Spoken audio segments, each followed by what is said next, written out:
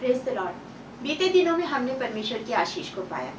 आज एक मौका और परमेश्वर ने हमें दिया कि हम एक साथ मिलकर के परमेश्वर की आशीष को पाएं और आज के वचन के द्वारा हम परमेश्वर की उस कार्य को भी समझें जिसके लिए हम चुने गए हैं या जिसके लिए ये लॉकडाउन हमारे जीवन में आया है। मेरे साथ निकाल लीजिए प्रेरितों के काम और उसका 16वां अध्याय। प्रेरितों के काम उसका 16 अध्याय और उसके 9 वचन को मैं आपके लिए पढ़ूंगी। यहाँ पर लिखा हुआ है, यहाँ पौलुस ने रात को एक दर्शन देखा कि एक मकिदोनी पुरुष खड़ा हुआ, उससे विनती करके कह रहा है, पार उतरकर मकिदोनिया में आ और हमारी सहायता कर। उसने यह दर्शन देखते ही हमने तुरंत मकिदोनिया जाना चाहा, यह समझकर कि परमेश्वर ने हमें उन्हें सुसमाचार सुनाने के लिए बुलाया है। परमेश्वर इन वचनों पर आशीष दे। हम अपनी आंखों को बंद करें। धन्यवाद धन्यवाद धन्यवाद राजाओं के राजा प्रभुओं के प्रभु, एक बार फिर से आपका धन्यवाद करते कि आपने हमें अवसर दिया कि हम एक साथ मिलकर कुछ समय आपके वचन में से सीखने जा रहे हैं और समझने जा रहे हैं कि आपकी हमारे लिए क्या योजना है। आपका धन्यवाद करते हैं। दयालु पिता परमेश्वर, आपकी प्रिय उपस्थिति हमारे बीच में है। हम आपका धन्यवाद करते राजा, हम आपका स्वागत करते, हम आपका सम्मान करते पिता। दयालु पिता, इस समय मैं अपने आप को शून्य करती हूँ। आत्मा की सामर्थ्य से भरकर मेरा उपयोग कीजिए। एक एक शब्द आपकी ओर से धन्यवाद के साथ ही प्रार्थना उद्धारकर्ता प्यारे यीशु मसीह के नाम से मांगते हैं। सुनिए और ग्रहण कीजिए, आमीन। तो जिस तरह हमने यहाँ पर पढ़ा कि मकिदोनी पुरुष स्वप्न में आया और स्वप्न में आने के बाद उसने क्या कहा, हमारी सहायता करने के लिए आ। क्यों?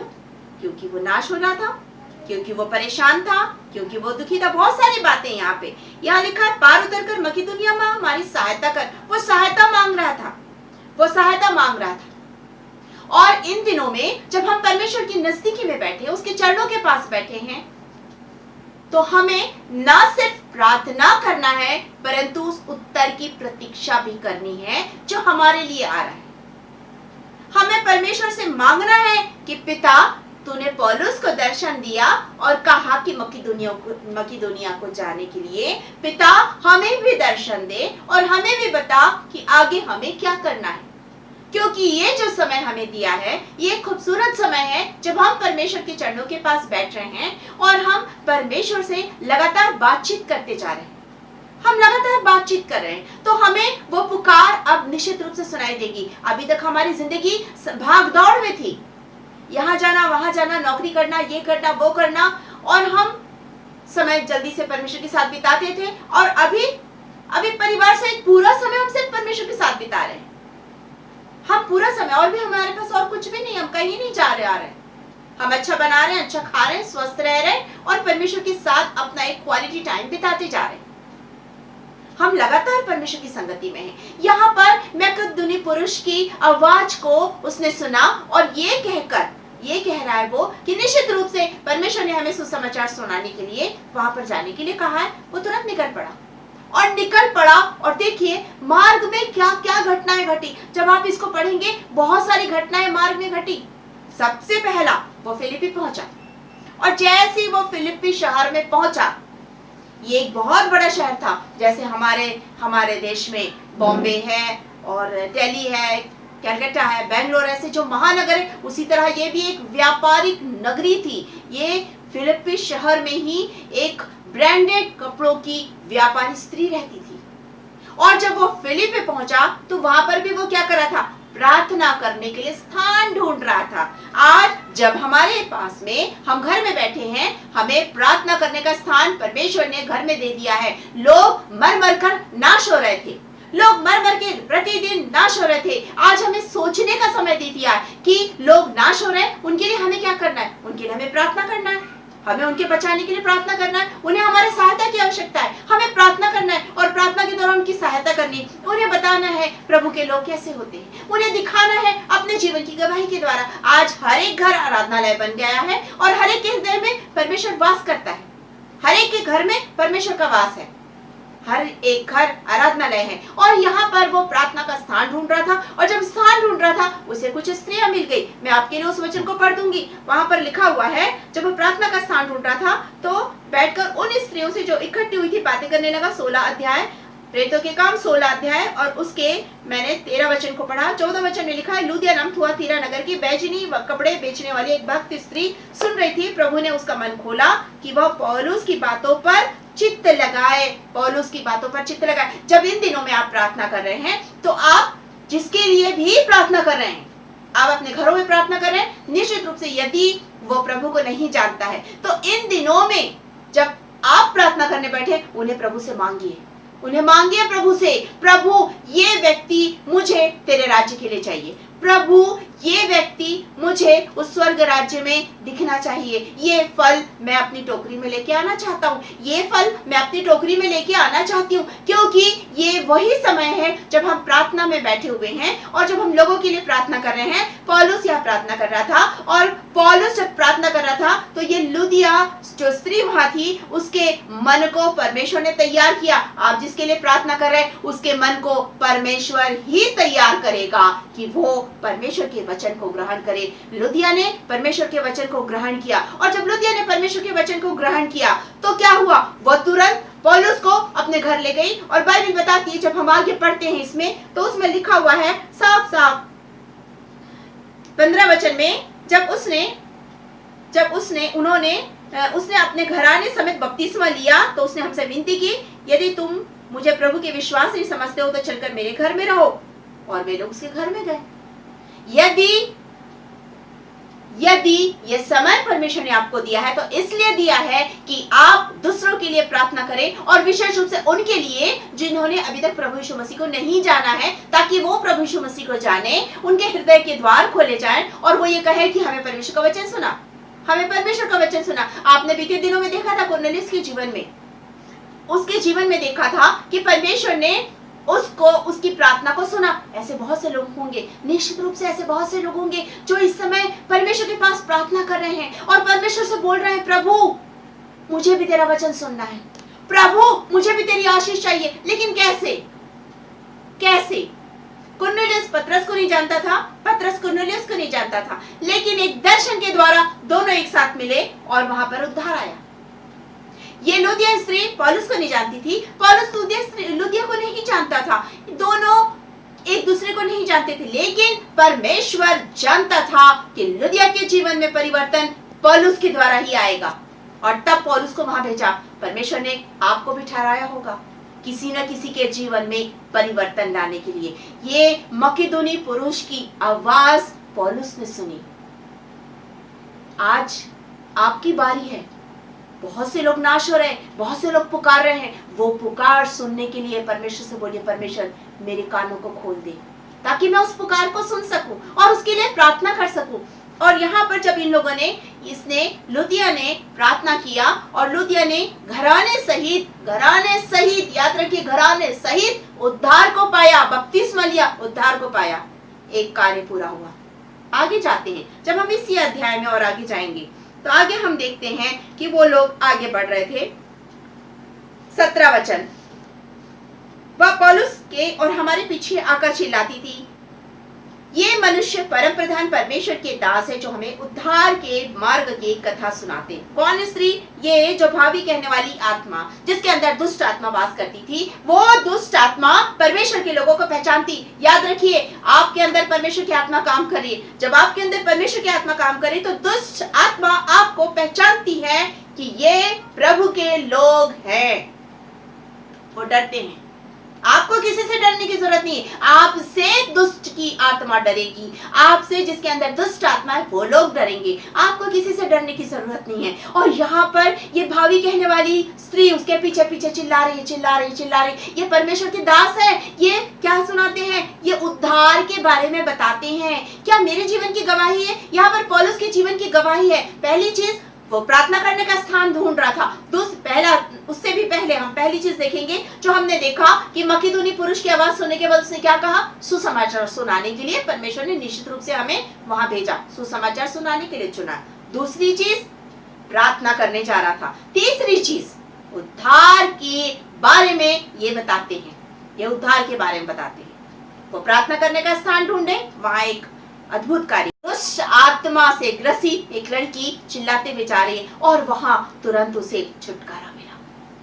वहां तुरंत उसे छुटकारा मिला। ना सिर्फ उसे छुटकारा मिला, पर निश्चित रूप से वो छुटकारा पाने के बाद प्रभु के चरणों के पास आई होगी, ऐसा मैं सोचती हूँ कि उसे छुटकारा मिला। और जब उसे छुटकारा मिला तो क्या हुआ, उसके द्वारा जो लोग कमाई कर रहे थे, उस लड़की के द्वारा, उन्होंने उठा के इनको जेल में बंद करवा दिया, इनको जेल में बंद करवा दिया। जब जेल में बंद हो गए, आगे की घटना देखिए, इसी अध्याय के 16 अध्याय के 25 वचन को मैं पढ़ रही हूँ। आधी रात के समय पौलुस और सिलास प्रार्थना करते हुए परमेश्वर के भजन गा रहे थे और कैदी उनकी सुन रहे थे। इतने में एकाएक बड़ा भूकंप आया और यहाँ तक कि बंदीगृह की नींवें हिल गई और तुरंत सब द्वार खुल गए, सबके बंधन खुल गए, सबके बंधन खुल गए। वहां पर एक और छुटकारे का कार्य हुआ। ये लोग वहां पर बंदीगृह में चले गए क्योंकि उन कमाई करने वालों का काम बंद हो गया था। उन्होंने उठा के इनको बंदीगृह में बंद करवा दिया। यहाँ पर एक अद्भुत कार्य हुआ। अद्भुत कार्य ये हुआ कि ये लोग प्रार्थना कर रहे थे, ये लोग भजन गा रहे थे, ये लोग परमेश्वर के वचन को बोल रहे थे। वहां भूलडोल हो गया और भूलडोल होने के बाद क्या हुआ, दरवाजे खुल गए, बंधन टूट गए, कैदियों के भी बंधन खुल गए।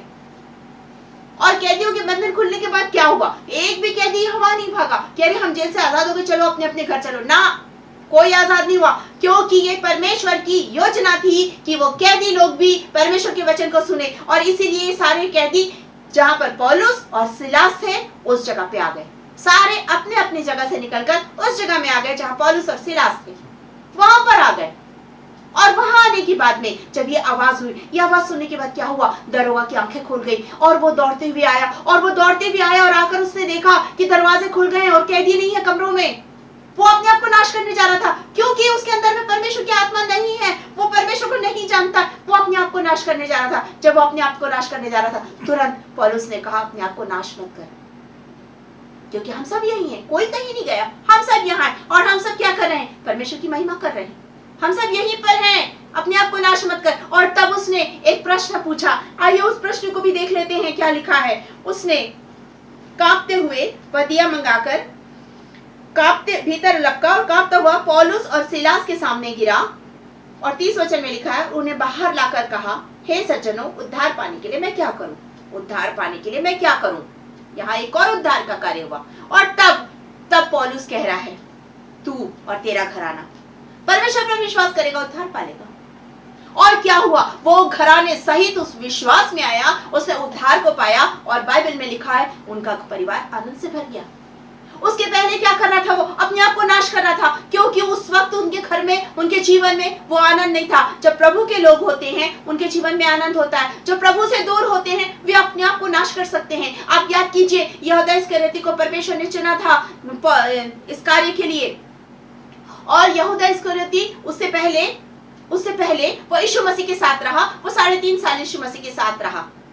और जब जिस कार्य के लिए वो चुना गया था, वो कार्य किया। उसके बाद उसने क्या किया, उसने दिल से यीशु मसीह को ग्रहण नहीं किया था, इसलिए उसने क्या किया, अपने आप को खत्म कर दिया उसने।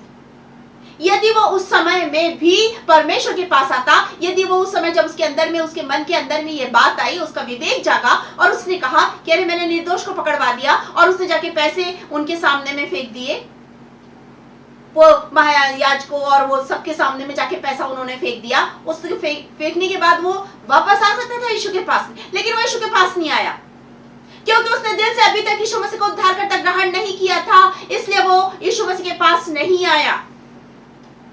यीशु मसीह के जन्म से पहले ही मरियम ने यीशु मसीह को उद्धारकर्ता ग्रहण कर लिया था। ये यीशु मसीह के साथ 3.5 साल रहते हुए भी उसने ग्रहण नहीं किया था और उसने अपने आप को नाश कर लिया। यहाँ पर ये अपने आप को नाश कर रहा था, और जब उसने सुना कि ये लोग सब एक साथ एक जगह पर जमा है, उसने तुरंत पूछा, उद्धार पाने के लिए मैं क्या करूं। और उसने अपने घराने सहित बपतिस्मा ले लिया। और बपतिस्मा लेने के बाद में वचन में लिखा हुआ है, उसके बाद क्या हुआ, और उन्होंने उसको और उसके सारे घर के लोगों को प्रभु का वचन सुनाया। उस रात उसी घड़ी उसने उन्हें ले जाकर उनके वस्त्र धोए, उनके घाव धोए, और उन लोगों ने बपतिस्मा लेने के बाद क्या किया, भोजन किया एक साथ और आनंद किया। सोचिए जरा, उन लोगों ने आनंद किया। वो नहा धो के रेडी हुए, बपतिस्मा लिए, बपतिस्मा लेने के बाद इनको अपने घर ले गए और घर ले जाने के बाद में आनंद किया। सबने एक साथ मिलकर भोजन किया, आनंद किया। ये था सुसमाचार सुनाने का एक और कार्य, ये था उद्धार का एक और कार्य, ये था छुटकारे का एक और कार्य, जिसके लिए वो मकिदुनी पुरुष की आवाज पौलुस के कान में गई। उसके आगे जाएंगे तो हम पढ़ेंगे, और जब वो छूट गए तो कहाँ आए वो? तब तक इनके जेल से वापस आने तक लुदिया का घर प्रार्थना का स्थान बन चुका था। लुदिया का घर उस समय प्रार्थना का स्थान बन चुका था। आगे हम पढ़ेंगे आखिरी वचन, वे बंदीगृह से निकलकर लुदिया के यहाँ गए और अपने भाइयों से भेंट करके उन्हें शांति दी और चले गए। क्यों गए? क्योंकि उस समय तक लुदिया के घर में भाई लोग जमा थे। भाइयों को शांति दी लिखा है इसमें, वहां लोग जमा थे। क्यों? क्योंकि वहां पर प्रार्थना हो रही थी। लुदिया के घर में प्रार्थना हो रही थी। जब हम प्रभु की आवाज को सुनते हैं, प्रभु ने हमें चुना है, तब हम शामिल की तरह कहते हैं, बोल प्रभु तेरा दास सुन रहा है, बोल प्रभु तेरी दासी सुन रही है। और तब प्रभु अपने काम के लिए हमें चुनता है, और जब हमें अपने काम के लिए चुनता है तो हम उस आवाज को भी सुनते हैं जो नाश हो रहे हैं। उन लोगों की आवाज भी हमारे कानों में जाती है, और तब हम क्या करते हैं? तब हम उस आवाज को, यदि हम संसारिक कार्यों में लिप्त हैं तो उस आवाज को छोड़ देते हैं, ध्यान नहीं देते। लेकिन इन दिनों में जब हम लगातार चरणों में बैठ रहे हैं प्रभु के, मांगिए उन नाश होने वाली आत्माओं को, क्योंकि वो इस समय पुकार रहे हैं, प्रभु हमें बचा ले, हम नाश हो रहे हैं, प्रभु हमें आके बचा ले, हमें नाश हो रहे हैं। प्रभु आपको भेज रहा है, प्रभु आपको तैयार कर रहा है। आपको उनके पास जाना नहीं है, आपको घर में बैठ के उन्हें परमेश्वर से मांगना है। एक समय निर्धारित होगा, उस निर्धारित समय में ही आपकी उससे मुलाकात होगी और आप उसे वचन सुनाएंगे और वो घराने सहित छुटकारा पालेगा, वो घराने सहित छुटकारा पालेगा। पौलुस ने अपने काम को पूरा किया, आज आपकी बारी है। क्या आप दर्शन देख रहे हैं? क्या आप उस आवाज को सुन रहे हैं? यदि नहीं सुन रहे हैं तो आज प्रभु से बोलिए, प्रभु मेरे कान को खोल, तेरी आवाज भी सुन सकूं, मेरे कान को खोल, वो नाश होने वाली आत्माओं के क्रंदन को भी सुन सकूं जो नाश हो रहे, नरक की ओर जा रहे, और मैं प्रार्थना कर सकूं, प्रभु नरक के दरवाजे बंद कर दे, प्रभु बचा ले उन्हें। मैं उनके लिए प्रार्थना करना चाहता हूँ, मैं उनके लिए प्रार्थना कर रही हूँ। बोलिए प्रभु से, आ जाओ सने। आज आपको प्रभु ने वो आवाज सुनने के लिए चुना है। आज आपको प्रभु ने उस आवाज के पीछे जाने के लिए बुलाया है। आज आपके द्वारा प्रभु लोगों के घरों में उद्धार लाना चाहता है। आज आपके द्वारा छुटकारा, दुष्ट आत्मा से ग्रसित लोगों के लिए जीवन में छुटकारा देना चाहता है। क्या आप तैयार हैं? यदि आप तैयार हैं तो अपनी आंखों को बंद कीजिए और प्रभु से बोलिए, प्रभु मैं तैयार हूँ, मुझे भेज। प्रभु मैं तैयार हूँ, मुझे चुन। आइए प्रार्थना करिए। धन्यवाद धन्यवाद धन्यवाद करते पिता परमेश्वर, धन्यवाद करते हुए इस समय एक बार फिर से आपके चरणों के लिए कटाते आपका धन्यवाद देते हैं पिता परमेश्वर, राजाओं के राजा, कि आपने हमें चुना है आपकी संतान होने के लिए। इस समय हम प्रार्थना करें उन सब के लिए जो मर मर कर नाश हो रहे हैं। पिता परमेश्वर, उनके पुकार को, उनके उस क्रंदन को हम सुन सके। आप हमें ऐसे कान दे दीजिए कि हम उनकी आवाज को सुन सके। और इस समय जब हम लॉकडाउन के समय में बैठे हुए पिता, हम प्रार्थना करते हैं, हमारे घुटनों को इतना मजबूत कर कि हम उन सारे लोगों के लिए जो मर रहे हैं, जो नाश हो रहे हैं, उनके लिए प्रार्थना करें कि वे सारे लोग बच जाएं और आपके राज्य में प्रवेश कर सके। पिता परमेश्वर, एक एक जन को आज हम मांग रहे हैं, उन सारे लोगों को जो अंधकार की शक्तियों के अंदर बंद हैं, वो उस जेल में बंद है, उनके लिए हम यीशु के नाम से छुटकारा मांग रहे हैं कि वो अंधकार से बाहर निकले और आपके उजियारे को देख सके, क्योंकि आप जगत की ज्योति हैं और आपने हमें भी जगत की ज्योति बनाया। हम उनके जीवन में आपका प्रकाश फैला सके। पिता धन्यवाद देते राजा, आपने हमें मौका दिया। जितने भी लोग इस समय सुन रहे हैं उन सब के लिए हम आशीष मांग रहे हैं। वो चाहे किसी भी प्रकार की परेशानी, दुख तकलीफ में, उनकी तकलीफ दुख परेशानी को दूर कीजिए। यदि वो बीमार है तो आप उन्हें चंगाई दीजिए। यदि वो इस समय घुटनों में है, उनकी प्रार्थना को सुन के उत्तर दीजिए राजा। यदि वो कर्ज के बोझ के नीचे दबे हैं, यीशु के नाम से उन्हें आजाद कीजिए। उनकी जरूरत अपने स्वर्गीय भंडार से आज आप पूरा कर दीजिए। यदि वो बेरोजगार है, उनके लिए उपयुक्त साधन दीजिए कि वो रोजगार कर सके। पिता परमेश्वर जितने भी लोग सुन रहे हैं सबको बहुतायत की आशीष दीजिए, उनके घराने को आशीष दीजिए। धन्यवाद देती हूँ राजा, मैंने अपने आप को सुनने की आपने आत्मा से मुझे भरकर मेरा उपयोग किया। सारी बातों के लिए धन्यवाद करते और एक बार फिर से एक एक जन के लिए हम आशीष और कल्याण की घोषणा करते हुए इस प्रार्थना को उद्धारकर्ता प्यारे यीशु मसीह के नाम से मांगते हैं। सुनिए और ग्रहण कीजिए, आमीन।